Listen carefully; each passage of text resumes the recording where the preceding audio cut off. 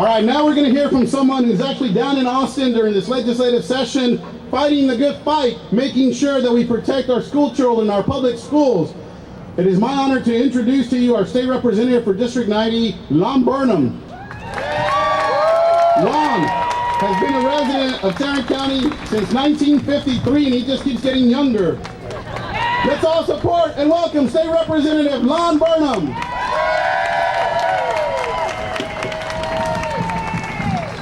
Good morning, almost good afternoon, Fort Worth. I'm so glad to be back with you today. Yesterday was the worst day of my legislative career because there were so many people that were acting like they had wax in their ears. They could not hear a thing. Consistently, vote after vote on the House floor yesterday, we were beaten 2-1. Now, I know everybody here already knows this, but I'm starting everything I'm saying, and I'm ending everything I'm saying with elections matter. Elections matter a lot. And the arrogance of the people that are in control is phenomenal. The indifference that they show is amazing. The vote that we took last night on an amendment that I had on the appropriations bill was quite simply stunning. They voted against a no-cost study. We were going to direct the comptroller's office to study the pluses and minuses of closing a loophole in our tax system to make the natural gas producers start paying their fair share.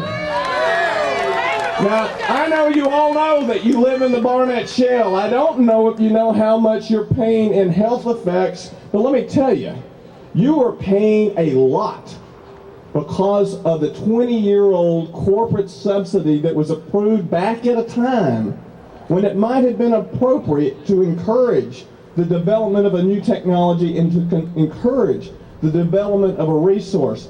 But 20 years later, it is past due to at least study the possibility of generating billions of more dollars. I was able to get the amendment that says if we do this money, it goes into the Education Foundation Fund. But I couldn't get them to agree later in the night on a record vote to actually do the study to find out what implications of doing this.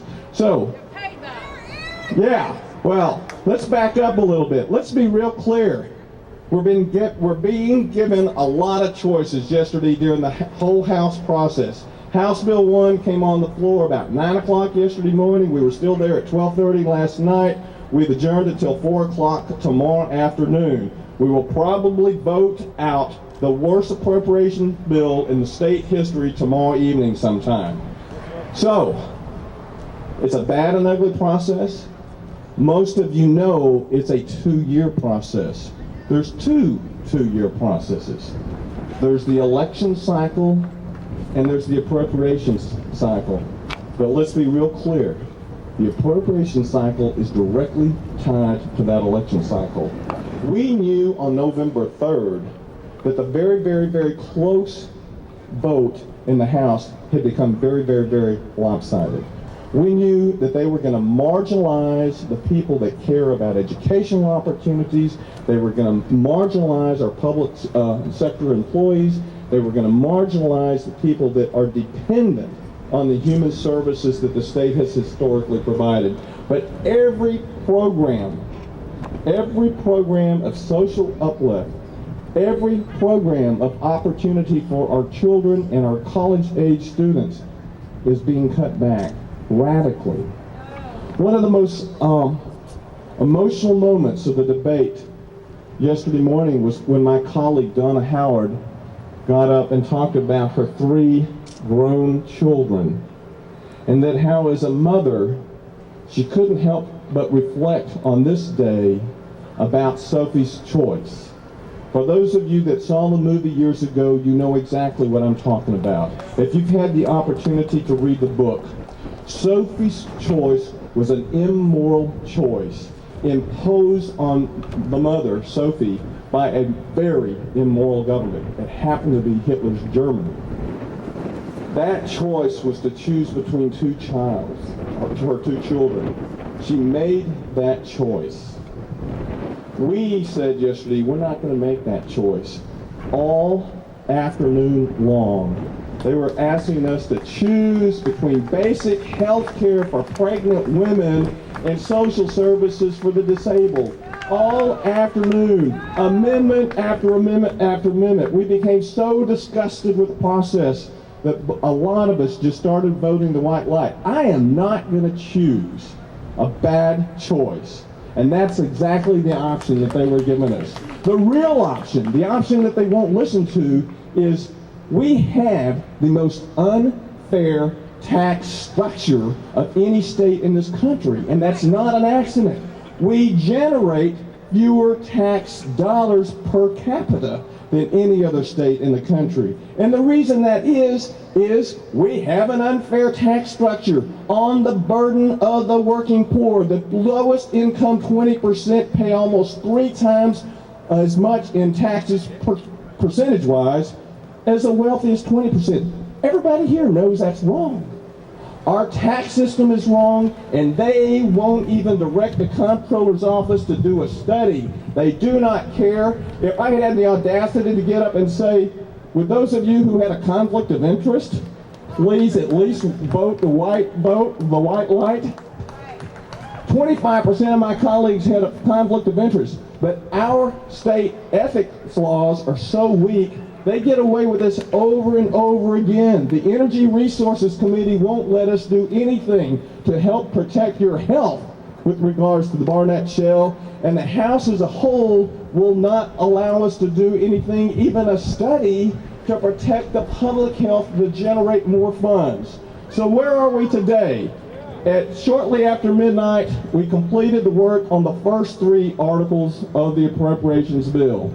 We're coming back in tomorrow afternoon at 4 o'clock. I wish you could be there with me, ruin your Sunday, to go through the rest of the articles of the appropriations bill. If tomorrow is anything like yesterday, elections matter. They outnumber us 2-1. We're going to go through another series of amendments. We're going to fight the good fight, but they're going to beat us 2-1 on virtually every amendment that we do tomorrow. So where is our place of hope in this process? It's not in the Texas House of Representatives. And I want to remind you all that there's only 2 of us in Tarrant County that you can count on. Before the election, there were 4 of us that you could count on. I missed Paul and Chris more yesterday than any other day since the legislative session began. And I hope they come back. But they're only going to come back if you help in the election process. And that means you've been forced to make sacrifices by the people in charge and in control of our state government. Please make sacrifices in the election cycle next year with your time and your money to change who's in control of state government. Tomorrow we'll go through that process, and House Bill 1 will go over to the Senate, and our only hope, quite frankly, is Wendy Davis and the other Democrats. So next year, when Wendy Davis is on the ballot, if you don't make it a priority to get her reelected, you're not making your family's needs a priority. Understand, we are at war. There's class warfare in Texas, and the wealthy have declared war against the working poor, and the working poor have got to fight back today, tomorrow, through the appropriations process, and next year in the election cycle. Thank you all for being out today, this afternoon. Thank you, Representative Burnham. He's had a long night. Let's hear it again for